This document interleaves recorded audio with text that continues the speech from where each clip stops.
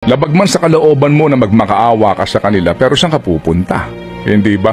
Hindi ko maintindihan yung disenyo nitong ating uri po ng pagbibigay ng serbisyo sa kalusugan, na bakit sa halip na ibigay mo ang bilyon-bilyong piso sa poder ng mga politiko, ba't di mo ilagay yan mismo sa mga ospital na ito direkta, at kapag ganito po ang kailangan ng isang pasyente, hindi na magmamakaawa sa politiko, automatic libre na. Hindi po ba? There's really something wrong with the system. Ano ho na pinatutupad natin dito. Kaya nga may panawagan sa lahat ng mga AIFs na yan, yung mga GL na yan, na sa bawat tanggapan ng politiko meron silang alokasyon.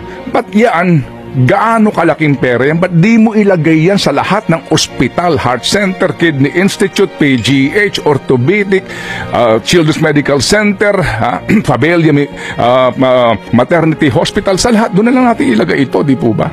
Nasa ganun, pagpunta roon ng isang, sabihin na po natin, sige, lahat mo ng mga nasa charity ward, wala ka nang bibilhin. Libre na lahat dahil pera mo naman yan